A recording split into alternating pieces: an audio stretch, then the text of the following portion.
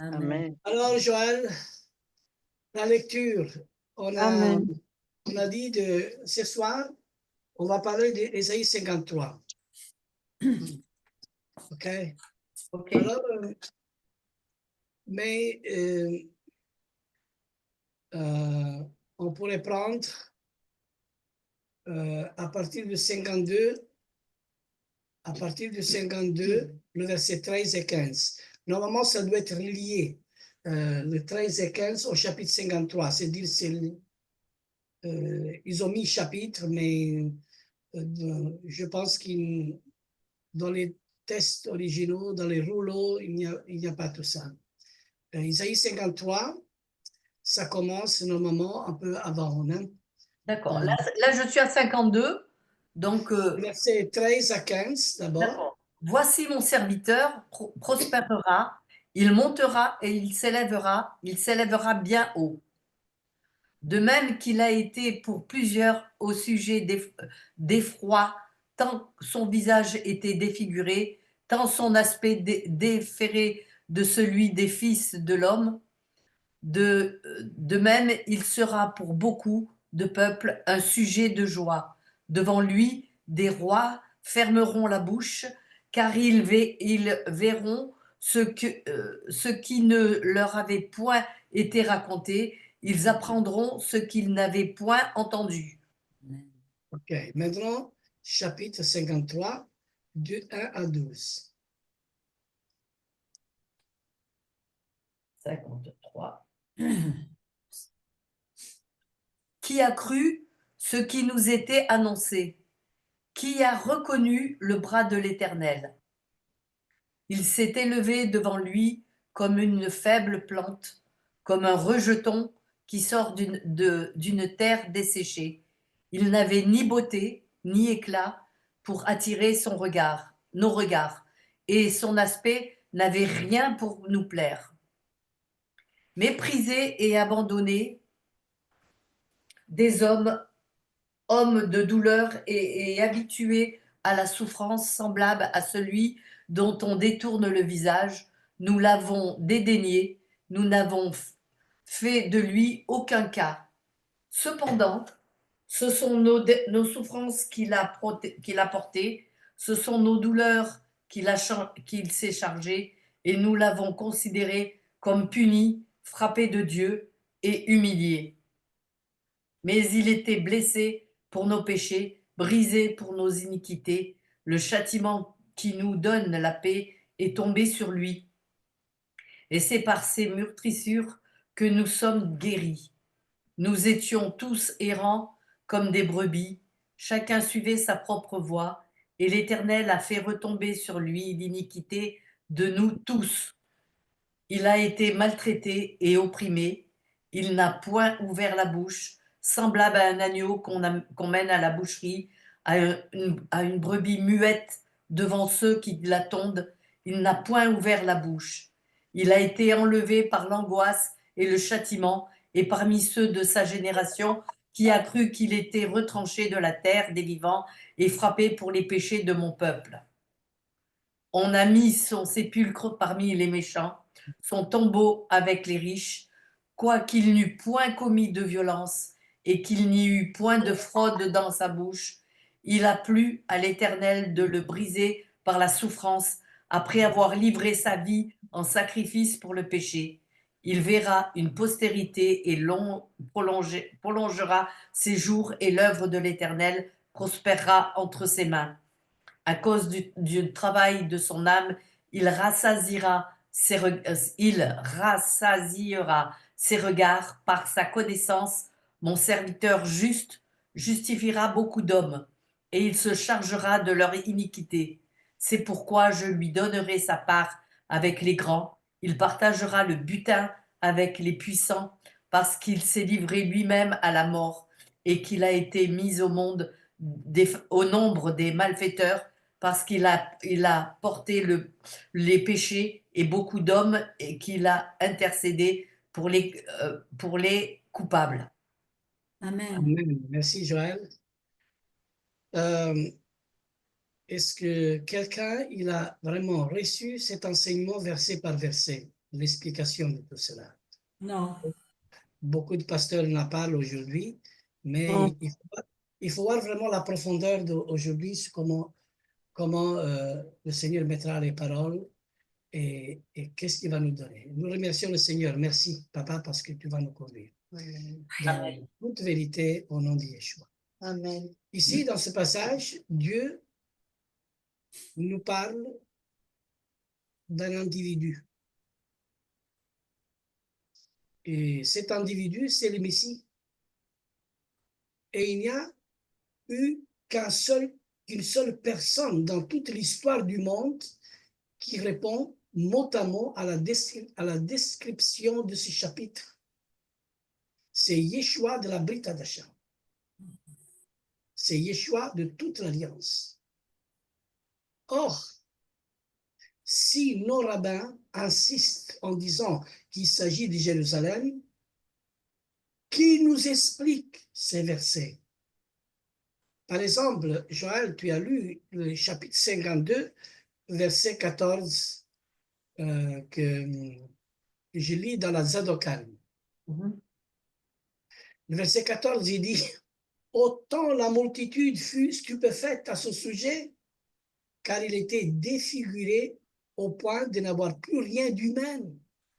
Son apparence n'était plus celle d'un fils d'Adam. » Ici, toi, tu as dit d'un fils d'homme. Hein? Alors, le verset 52, verset 14, que nos rabbins nous disent, plus rien d'humain, c'est-à-dire fils d'Adam. Et chapitre 53, le verset 3, il nous parle l'homme de douleur. Le verset 5, il dit, pesez sur lui l'iniquité de nous tous. Pesez sur lui. Et le verset 6, tombez sur lui. Il parle d'un individu. Retomber sur lui. Et le verset 7, il dit, il n'ouvrait pas la bouche. Ce n'est pas le peuple qui ouvre la bouche. On va dire ici, ça parle d'un individu, pareil à l'agneau qu'on mène à la boucherie. Alors, la prophétie de ce chapitre étant remarquable, aujourd'hui, on va l'analyser verset par verset tous ensemble. Amen. Amen. Alléluia. Alors, on va commencer.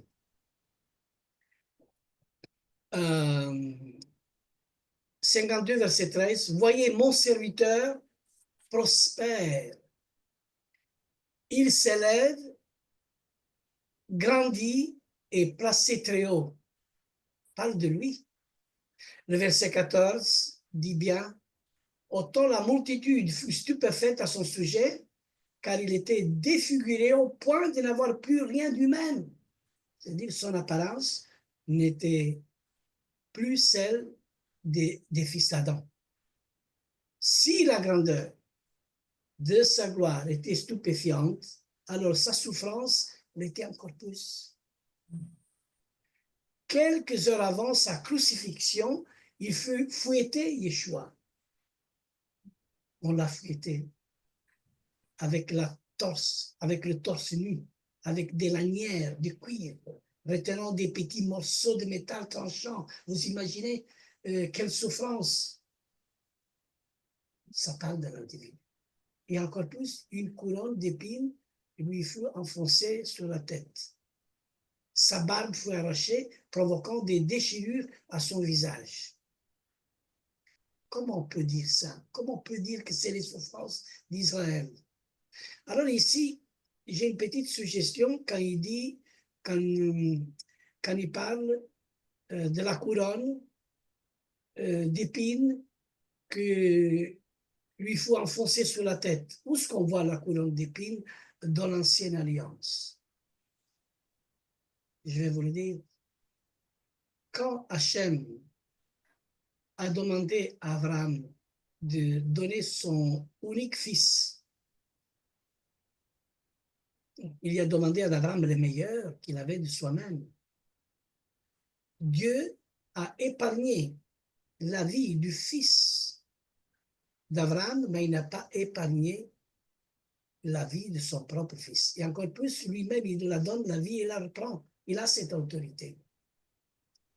Et quand Abraham, il voulait justement, il a pris le couteau, quand il voulait justement l'égorger, il y a eu la voix du ciel. C'est l'Éternel qui a dit, Abraham, ne touche pas l'enfant. Et il y avait un agneau, il y avait un agneau qui est grimpé avec les cornes sous des épines. C'est ça qui dit la Bible. Voilà la couronne d'épines dans l'Ancienne Alliance. Voilà les parallèles. Il faut décortiquer la Torah. C'est-à-dire la couronne de l'épine, on la voit déjà dans le sacrifice d'Isaac. Et là, on parle d'un individu. Et le Seigneur dit à Abraham, il ne dit pas au peuple, il dit à Abraham. Quel message aujourd'hui le Seigneur nous donne. C'est pourquoi Dieu nous inspire, car il était défiguré au point de n'avoir plus rien d'humain. Et son apparence n'était plus celle d'un fils d'homme, d'un fils d'Adam, d'un homme. C'est ça qu'il veut dire. Alors, le corps en sang, la tête couronnée d'épines qui faisait couler le sang sur ses joues arrachées. Mais qui, à part le vrai Messie, aurait accepté un sacrifice pareil? Combien il devait nous aimer pour payer tel prix le péché de son peuple? Combien il devait nous aimer? Et la Bible, il dit, car Dieu a tant aimé le monde qui a donné. Donner. L'amour consiste à donner.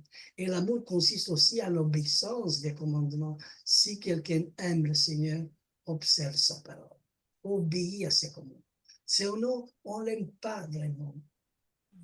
Alors, n'écoutez pas la voix des vierges folles, mais écoutez la voix des vierges sages qui ont l'huile. Parce que la Bible, il dit, vous connaîtrez la vérité. Vous connaîtrez la lumière, vous connaîtrez la Torah, vous connaîtrez le Messie. Et la vérité, c'est-à-dire le Mashiach, il vous affranchira. La parole, il nous affranchira quand il demeure en nous.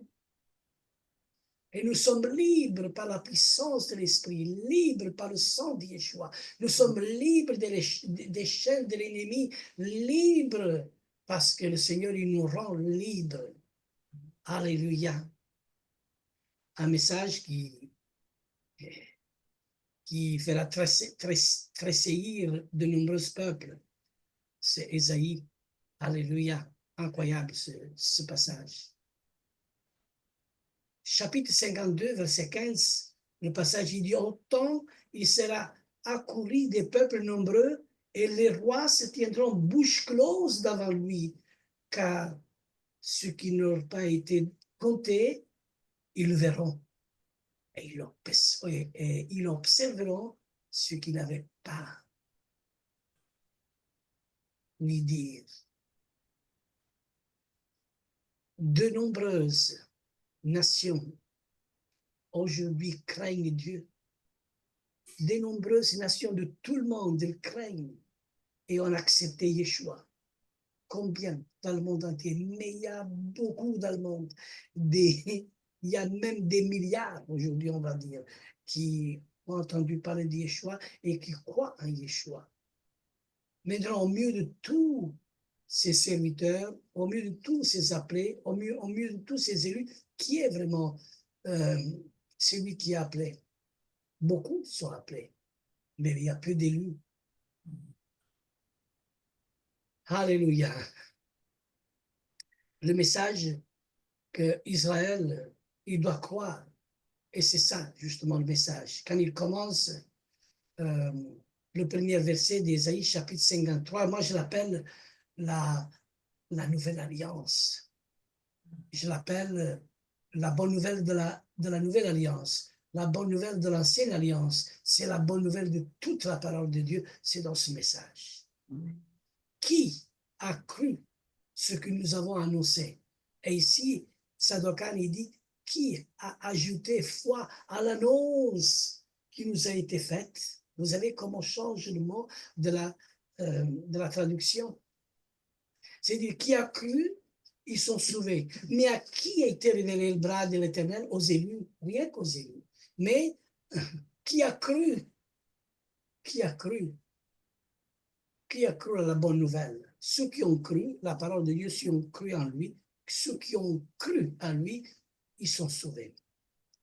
Mais à qui a été révélé le bras de l'Éternel? C'est tout à fait autre chose. Il ne faut pas non seulement croire, mais il faut vivre la Torah, il faut vivre la parole, il faut marcher dans les sentiers de l'Éternel. L'Éternel mit à l'épreuve le peuple d'Israël. Et il dit déjà, dans le désert du Chour, à Mara, après la sortie d'Égypte, ils arrivent, et après ils avaient soif. Et le peuple murmura à l'Éternel, et l'Éternel a dû donner de l'eau. Il a dû changer de l'eau amère en l'eau douce. Mais vous savez pourquoi l'eau était amère? Ils ne pouvaient pas la boire. Et aujourd'hui, mes frères et sœurs, toute l'eau qui court dans toutes les dénominations, elle est amère. Nous ne devons pas appuyer sur aucune dénomination, même dans le nom messianique. Nous n'avons pas une dénomination. Nous avons notre Messie, Yeshua. Et notre Messie est la Torah vivante. Amen. Et nous devons être vivants par la Torah. Parce que sa parole, lui-même, il dit, mes paroles sont esprit et vie. Celui qui croit vivra. Celui qui ne croit pas, il mourra. Qui a ajouté foi à l'annonce qui nous a été faite? Et à qui s'est révélé? Et à qui s'est révélé le bras de l'Éternel? Le bras de l'Éternel. Aussi étrange que cela peut paraître, à travers le message choquant du Messie qui, par sa souffrance, fit tressaillir de nombreuses nations. Oui, on ne trouvera que très peu d'individus parmi son propre peuple, les Juifs, qui croiront en lui. Peu. Et dans la Brit Hadasha, dans le Nouveau Testament, Brit Hadasha, nous lisons l'accomplissement de cette prophétie. Regardez l'accomplissement. Dans Jean, chapitre 12, versets 37 et 38. Regarde le parallèle. Quelqu'un veut le lire? Même Myriam, tu peux lire aussi. Jean. Jésus leur dit, la lumière est encore pour un peu de temps au milieu de vous. Marchez pendant que vous avez de la lumière, afin que les ténèbres ne vous surprennent point. Celui qui marche dans les ténèbres ne sait où il va. Pendant que vous avez la lumière, croyez en la lumière, afin que vous soyez des enfants de lumière. Moi, je voulais dire l'autre, mais c'est le 37 et 38. Attends, je vais te dire. Jésus dit ces choses, puis il s'en alla et se cacha loin d'eux. Malgré tant de miracles, ils Voilà, avaient... ça c'est plus correct, Joël. C'est 37, 38. Tout ce que tu as lu, c'est dans un autre passage. D'accord, c'était Okay. juste avant. C'était juste avant. Malgré Okay. tant de miracles qu'il avait fait en leur présence, ils ne croyaient pas en lui. Afin que s'accomplisse la parole qu'Ésaïe le prophète a prononcée, Seigneur, qui a cru à notre prédication et à qui le bras du Seigneur a-t-il été révélé? Amen, tu vois. Malgré tant de miracles que le Messie a fait en leur présence, ne croyez pas en lui. Pourquoi ne croyez pas en lui? Afin qu'il s'accomplisse la parole du prophète Ésaïe. Le prophète qu'il a annoncé déjà au chapitre 53, verset 1, qui a cru à notre prédication, qui a cru de mon peuple, mais à qui a été, et à qui le bras du Seigneur a été révélé. Voyez. Alléluia. Alors passons maintenant au verset 2. Jusqu'à là, le verset 1, c'est clair? Oui. Une question, une suggestion, parce que pour la première fois, je pense qu'ici à Mishpaha, on va étudier Isaïe verset par verset. Isaïe 53. OK? Ok, merci. Et on va le faire petit à petit. Peut-être aujourd'hui, je ne saurais pas terminer parce que ça prend du temps à examiner les Écritures, mes frères et sœurs. Et le temps, nous, on le prendra parce qu'on veut grandir dans ces voies. Ça ne sert à rien de courir parce qu'on ne court pas. le Seigneur nous dit, attends, examine et dresse-toi à l'Éternel, invoque-lui et il te répondra. Le Seigneur a des mystères cachés à nous. Je t'invoquerai, je te répondrai, et je t'annoncerai des mystères cachés, je t'annoncerai des grandes choses, dit la parole de Dieu. C'était où ce passage? Dans 3, non, c'est 3, 33, c'est pas Jérémie, ça? Il me semble. Quelqu'un veut lire? C'est le numéro de téléphone, je pense. Vous avez un numéro de téléphone? Le numéro de téléphone. Est-ce que vous avez tous le numéro de téléphone? 3, 33, c'est 3 fois. Jérémie. C'est facile à ça. C'est pas que c'est le numéro de téléphone. Quelqu'un veut lire? Lire quoi? Je n'ai pas compris ta question. Jérémie chapitre 3, verset 33. Ah, d'accord, d'accord. C'est le numéro de téléphone. Oui, parce que je n'ai pas compris là. C'est le jeu de mots. 3, ouais. Jérémie, alors, c'est où? Je te cherche. S'il y a quelqu'un qui cherche aussi, c'est bien. Hein? Oui.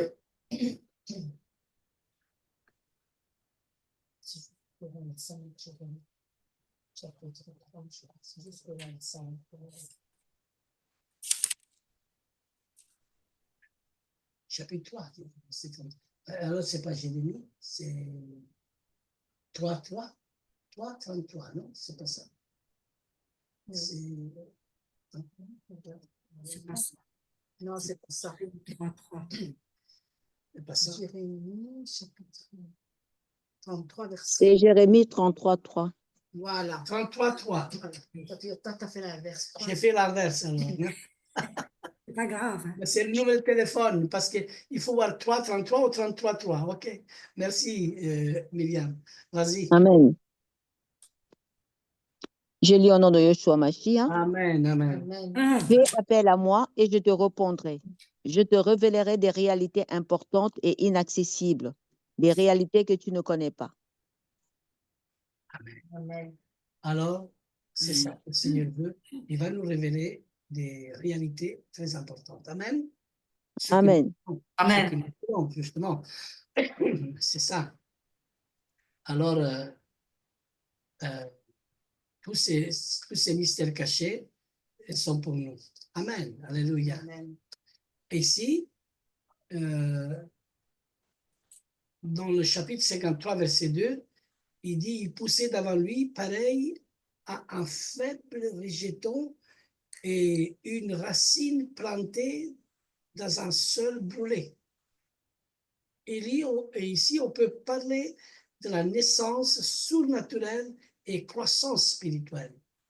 Il poussait devant lui, pareil à un faible végéton et une racine plantée dans un rôle brûlé. C'est-à-dire la naissance surnaturelle du Messie est sous-entendue dans la phrase à une racine plantée dans un sol brûlé. Et une racine qui pousse dans un sol brûlé, desséché sans humidité, est un miracle. L'élément essentiel, c'est justement l'eau. Et l'eau qui n'est pas là, qui est manquante. Or, la naissance du Messie devait être aussi un miracle. Il devait naître d'une vierge. Ça, c'est l'élément essentiel étant manquant. Et ça, c'est très difficile à croire. Une naissance miraculeuse. Le miracle.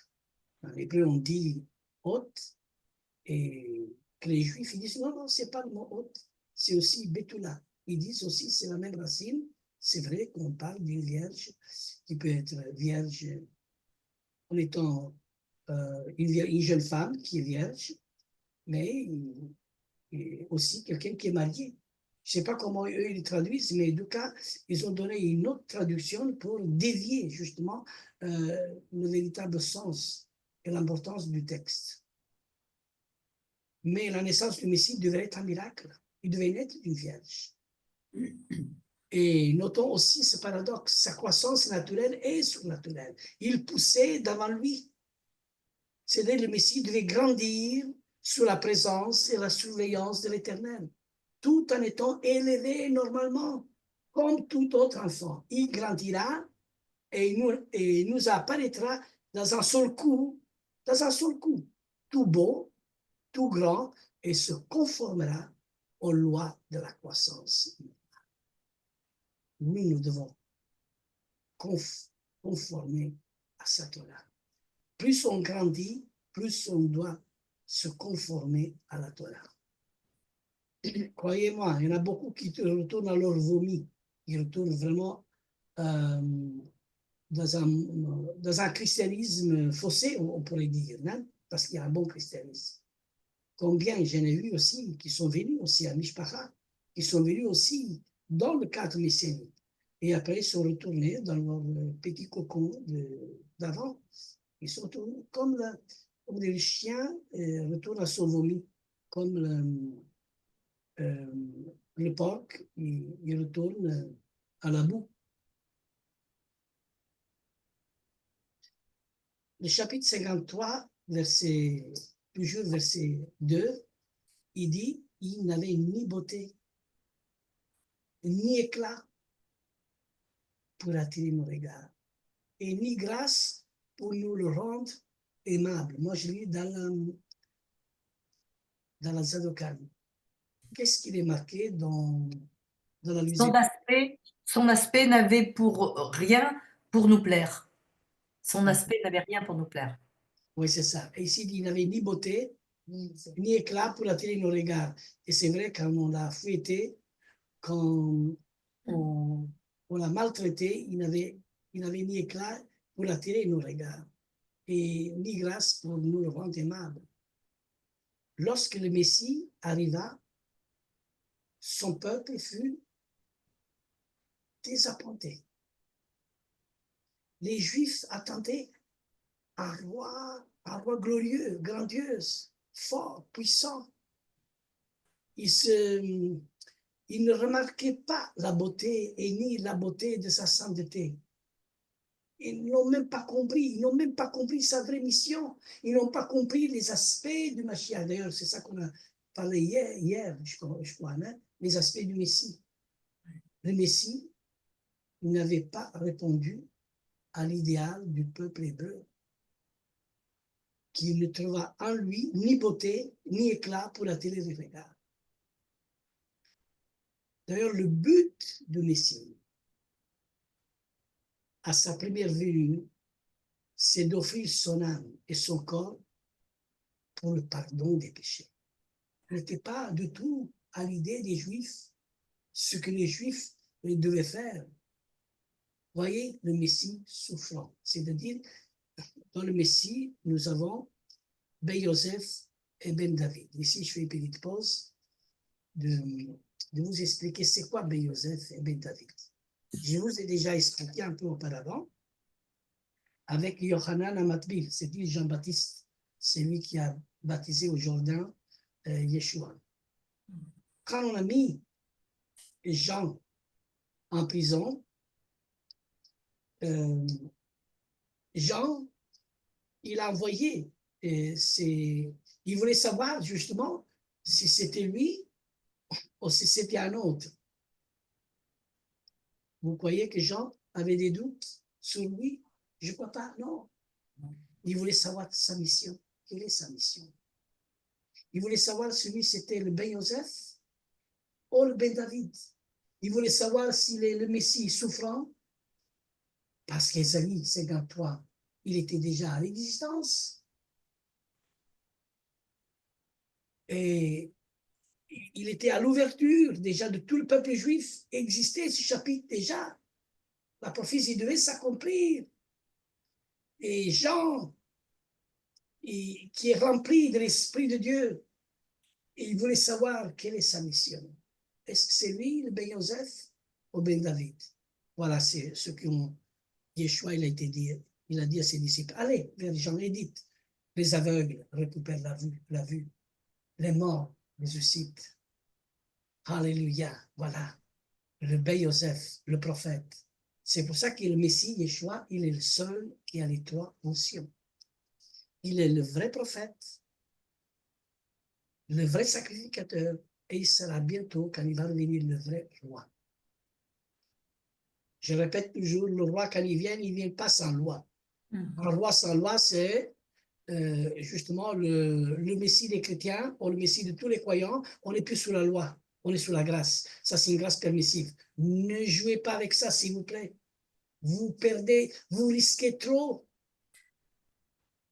Essayons d'être corrects. Le roi, il vient avec ses lois. Et ces lois, ils sont là pour nous corriger. C'est par cela que tu es justifié. Tu es justifié par le moyen de la foi. Et c'est Dieu qui te fait grâce. On est dans la grâce. Bien sûr, ce n'est pas parce que le fait qu'on est dans la grâce, nous ne devons pas suivre les commandements. Parce que tout ce que nous devons suivre sous la loi, nous devons le faire avec amour. Avec amour. Tout se fait avec amour. Sinon, on devient légaliste. Et on commence à juger. Voilà. Dieu ne veut pas ça. Arriver à avoir un équilibre dans une œuvre messianique, croyez-moi, c'est très difficile. Ça fait 34 ans que je lutte. 34 ans, bien sûr, je n'ai pas... Maintenant, j'ai une connaissance beaucoup plus forte. Mais l'expérience, j'en ai fait. Du chemin, j'en ai fait. Ça fait 34 ans que je suis dans cette œuvre. Et à partir de 2002, jusqu'à ça fait maintenant 22 ans que je suis à la tête d'une œuvre messianique. J'ai fait 18 ans, presque 20 ans à Bruxelles, à la Louvière, et aujourd'hui je me retrouve avec Mishpara, avec une nouvelle œuvre que Dieu a permis, afin qu'aujourd'hui on puisse s'adresser à quelque chose de plus concret, de ce que j'avais dans mon cœur de faire. Amen. Mais tout cela, il fallait que le Seigneur fasse une manœuvre. Et cette manœuvre, c'est Dieu même qui l'a fait. Il a permis que je sorte dans un côté pour que maintenant, il y aura une famille, je l'ai appelée la Mishpara, et tous ensemble, on va suivre la Torah, on va être enseignés vraiment par la Ruach HaKodesh, par le Saint-Esprit. Parce que de moi-même, je ne suis rien. On est tous rien. Mais le Saint-Esprit est celui qui exalte Yeshua. Et celui qui n'a pas reçu l'Esprit qu'il demande. Celui qui n'a pas l'esprit de Mashiach, il ne lui appartient pas. C'est ça qui dit la Bible. C'est l'apôtre Paul qui dit. L'esprit de Mashiach, parce qu'il y a beaucoup d'esprits qui enseignent aussi. Hein? Mais si nous voulons être enseignés par l'esprit de Mashiach. Amen. Alléluia. Amen. Alors, mépriser, le verset 3, et rejeter des hommes. On est arrivé au verset 3. On va continuer lundi, ok? Mépriser et abandonner des hommes, hommes de douleur et habitués à la souffrance, semblables à celui dont on détourne le visage. Nous l'avons dédaigné, nous n'avons fait de lui aucun cas. Amen, Joël. On va reprendre, on va terminer lundi, je crois, ok? Mot par mot, parce que sinon, c'est trop lourd pour vous. Écoutez-moi, parce que tout ça, ça va être lourd pour vous. Parce que ce sont 12 versets lourds à comprendre. Alors, allons tout doucement. Je crois que vous êtes d'accord avec moi? Oui. Ok. Alors, on va commencer après lundi. Et on va commencer avec le verset 3. Et après, on va voir la suite. Ok? D'accord. Amen. Alors, ne ratez pas ces enseignements. Ce sont des enseignements rares, aujourd'hui, vraiment rares, de tout ce qu'on voit. Et je bénis l'Éternel qui me donne vraiment la force. Parce que dans les dernières années, j'étais trop fatigué. Une grave maladie m'a atteint 4 ans d'ici. Non, plus que ça. C'était 2014, oui, c'est juste. 2014, ça fait 8 ans. Les médecins, ils disaient, Monsieur Greco, vous avez une grave maladie. Peut-être dans 2 ans, vous serez en dialyse. Et on m'a trouvé une insuffisance rénale. Mais aujourd'hui, je suis là et tout est stoppé. Je mange. Amen. Amen. Hein, merci, Yeshua. Je bénis Merci. l'Éternel parce que j'ai dit, Seigneur, si je vis et tu prolonges ma vie, je vais faire du travail. Amen. Je vais acclamer ton nom. Amen. Amen. Alors, priez pour moi pour que mes forces et les forces puissent revenir encore plus fort. OK? On t'oublie pas, Lorenzo. Merci. Non. Merci. Merci. Alors que Hachem, Yeshua, Hamashiach, nous bénisse et vous Amen. bénisse. Tous ensemble. Amen. Attention, si nous on voit les peuples juifs qui agissent comme ça, ils voulu de Dieu. Ça, c'est un aveuglement voulu de Dieu. Mais l'aveuglement des chrétiens est du diable. Attention, c'est la différence. Hein? Parce que là, tu as le Saint-Esprit. Tu prêches d'avoir le Saint-Esprit. Comprends? Et tu as Yeshua comme point de vue de vérité. Alors, attention, l'aveuglement. Parce que celui d'Israël vient de Dieu. Et leur mise à l'écart et pas leur rejet, parce que c'est ça qu'on a mal traduit dans Romains chapitre 11. Par leur mise à l'écart, le salut est venu dans toutes les nations. Et ce que Dieu veut faire, c'est sauver tout le monde. Amen. Et le salut de toutes les nations, vous savez pourquoi, comment il était arrivé? En mettant Israël à l'écart. C'est pour ça que le salut vient des Juifs. Vous comprenez? Amen. Il est venu chez les siennes, et les siennes ne l'ont pas reçu. Mais à tous ceux qui l'ont reçu des siennes, ça parle toujours des siennes. Ce n'est pas des gentils, des siennes. Alors, qui sont les siennes? Donc, on commence avec les apôtres, les 12, les 500, les 3000, quand le salut vient des Juifs. Et c'est eux qui ont commencé l'œuvre messianique, ce sont les Juifs messianiques. En appliquant les fêtes, la Torah, toute la parole de Dieu entière. Amen. Les apôtres Amen. sont juifs. Et ne venez pas avec le dimanche, ne venez pas avec les fêtes païennes, ne venez pas. Ça, le salut, il est encore là parce que tu peux te convertir. Le mot convertir veut dire une chose, mais après, comme dit, Il y a la nouvelle naissance. mais il y a la nouvelle naissance. Qui doit La s'appliquer. nouvelle naissance, il doit s'appliquer. Parce que se convertir, on change. Du catholicisme, on change. On retire les Les idoles. mais idoles, on était, oui. Mais ça, c'est après, changé. il faut marcher dans la sainteté. Amen. Parce que la régénération il nous amène à la sanctification à la consécration, et la consécration exige la purification totale de l'esprit, de l'âme et du corps. C'est pour ça que le Amen. Messie viendra, quand le Messie va venir, le jour qu'il va venir pour son avènement, il faut qu'il soit pur, notre être entier, l'esprit, l'âme et le corps. Il y en a beaucoup qui n'iront pas avec le Seigneur, mais la plupart ils n'iront pas. Et la Bible même, il dit, et les autres morts ne viennent pas à la vie, ce sont des sauvés, tant qu'ils ne furent pas accomplis les 1000 ans. Ça, c'est le livre de vie. Le livre de vie, mais ici, je parle du livre de l'agneau de vie. Voilà les aspects du salut, les aspects du Mashiach, et il faut les comprendre. Il faut les mettre bien détaillés avec une compréhension de la directive du Saint-Esprit. Amen. Amen. Amen. Amen. Amen. Alors, s'il y a Amen. d'autres questions.